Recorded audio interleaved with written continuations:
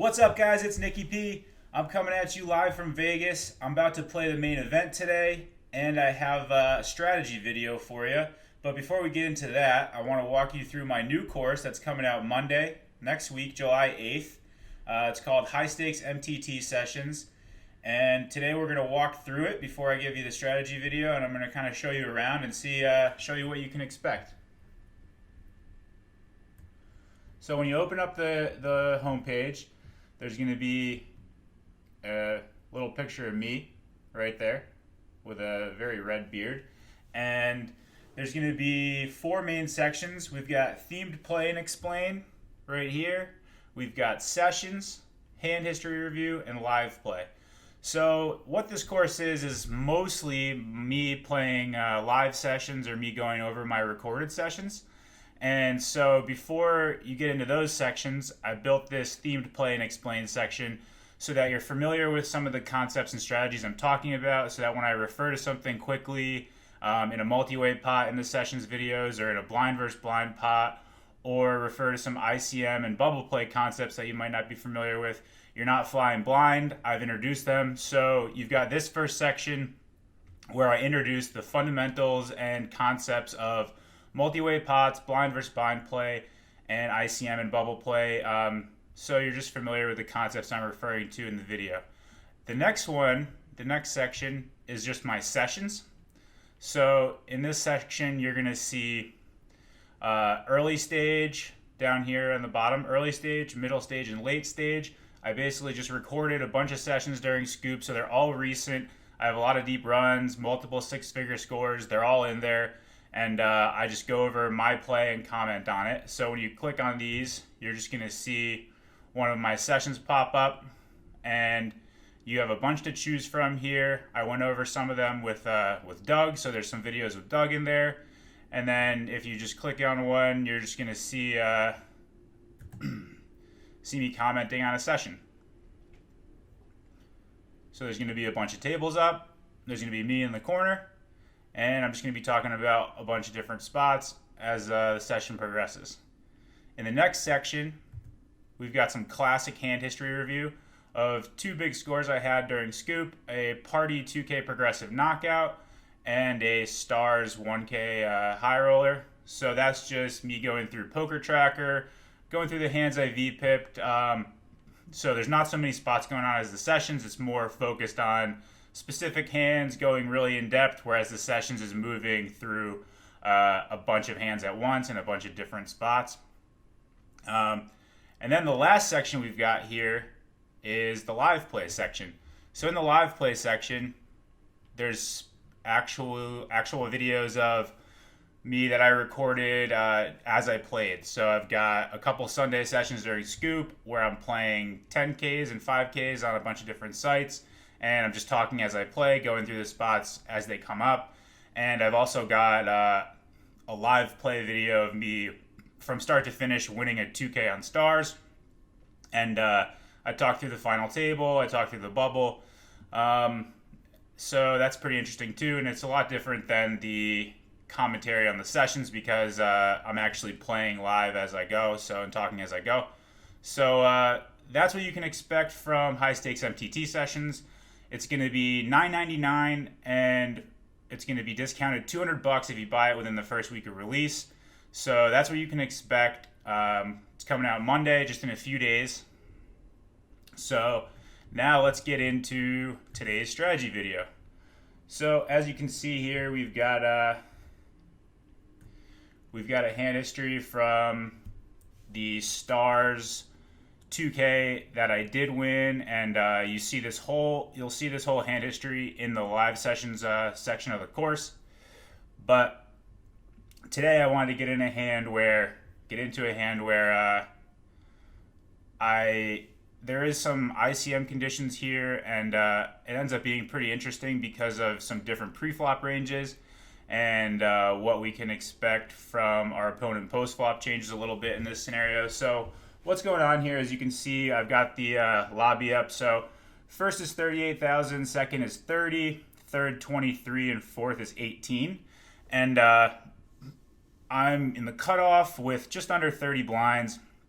And I'm going to end up playing this pot versus mid 304, who does have me covered, but as you'll learn from if you watch my course, I talk a lot about stack multiples and how they affect play. So he doesn't have me covered to the extent that he can really punish me pre-flop by being super aggressive, because it would hurt his equity in the tournament so much. So even though I have 30 blinds and he has closer to 40 and covers me, he's still going to be really passive versus me, or he should, because there's the small blind stack with 10 blinds who we both really want to outlast, and the chip leader is on our left, covering us by quite a bit. So we're really benefiting from trying to get three-handed, so we're going to be really passive against each other until the short stack busts, or until he doubles, and then things change a little bit. So that's the big factor going on here, is that there's a short stack, we're the two mid stacks, we're supposed to be pretty passive against each other, so pre-flop ranges are going to change. So I'm going to open up this ace queen.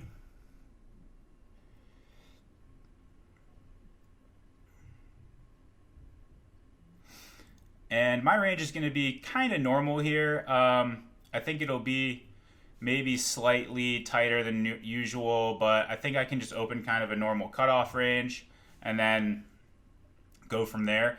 I think, if I get 3-bet by the big stack on the button, I just get to fold, a little bit tighter than I would, and continue a little bit tighter than I would, but he's not going to punish me to the extent where I have to make my opening range that much tighter. So I do have a bunch of 7x here. I probably still have Jack-7 suited pre-flop and stuff like that, 6-7 suited. I might just cut out something like 5-7 suited that normally I would open. In any case, I'm fine for, I still have those suited 7s. But the big thing is, how does his defending range change here? I think he's going to, instead of, in a chippy V situation, he's going to shove hands pre-flop for 30 blinds, like pocket 2s through pocket 6s or 7s. And then with his 8s plus, he's going to get it in for value. But here, I think that he's going to defend with 2s through 7s and potentially 8s, just because he's going to want to only get in pairs that are actually value hands, because we're going to want to, he's going to want to defend with those smaller pocket pairs and play small pot, check it down, not risk busting when there's this short stack. So that's going to be a huge factor as this hand progresses. In any case, I think on this flop, I will c-bet quite a bit and check back like 40 or 50%. I think it's not that different from a chippy V c-betting range. And this hand falls very nicely into a checking category. And I would check kings and aces. And in this ICM scenario where I'm supposed to be a little bit more passive than normal, I would check them probably more often. And I would check hands like king jack and queen jack as well.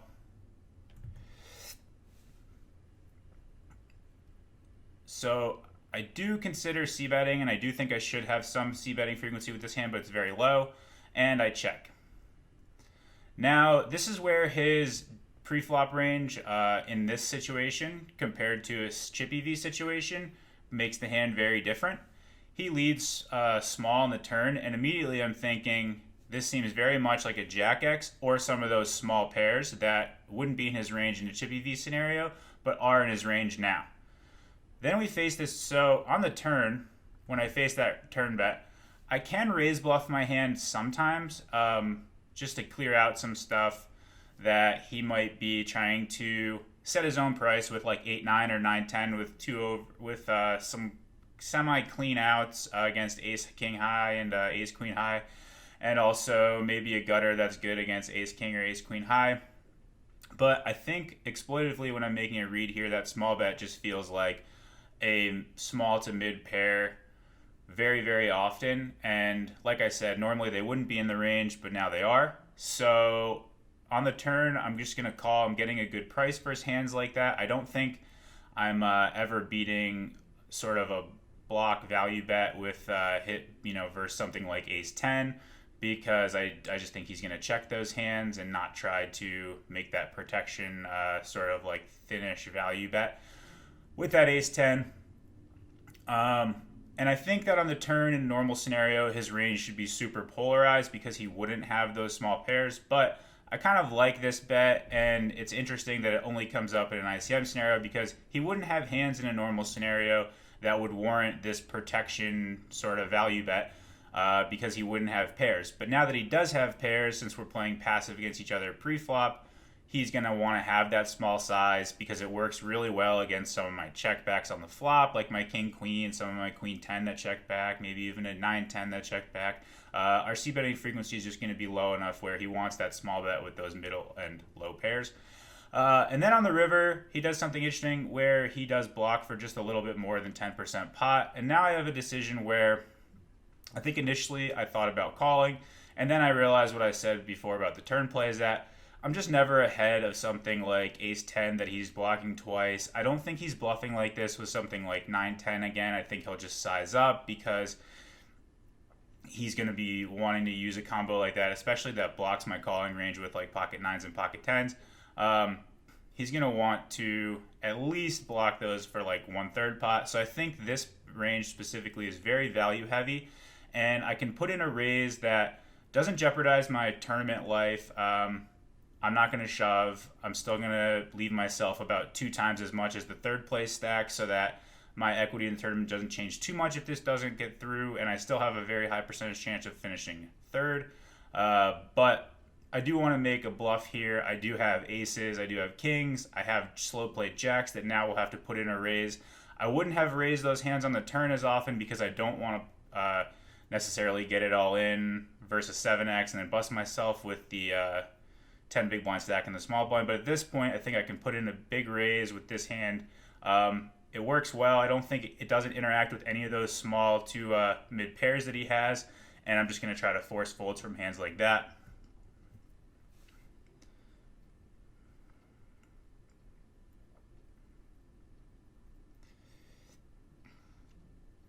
When considering size, we do want to consider how much we're leaving ourselves behind versus that small blind stack so that if it doesn't get through, we are still in good shape regarding the prize pool and our equity in it. So we go for the 80%, 90% pot raise, and I think that's a really good size. I think that's what I would want to do with my queens, kings, aces that I did check on the flop. And I think that this hand just really illustrates that you need to pay attention to how pre-flop ranges change and how your post-flop strategy should adjust when you are facing different ranges due to ICM conditions. So thanks for watching, guys. That was our ICM strategy video for this week. And keep your eyes open for High Stakes MTT Sessions. It's coming out Monday. I put a lot of work into it. I'm excited to release it. So hope you guys have enjoyed all the videos, and we'll see you soon. Bye.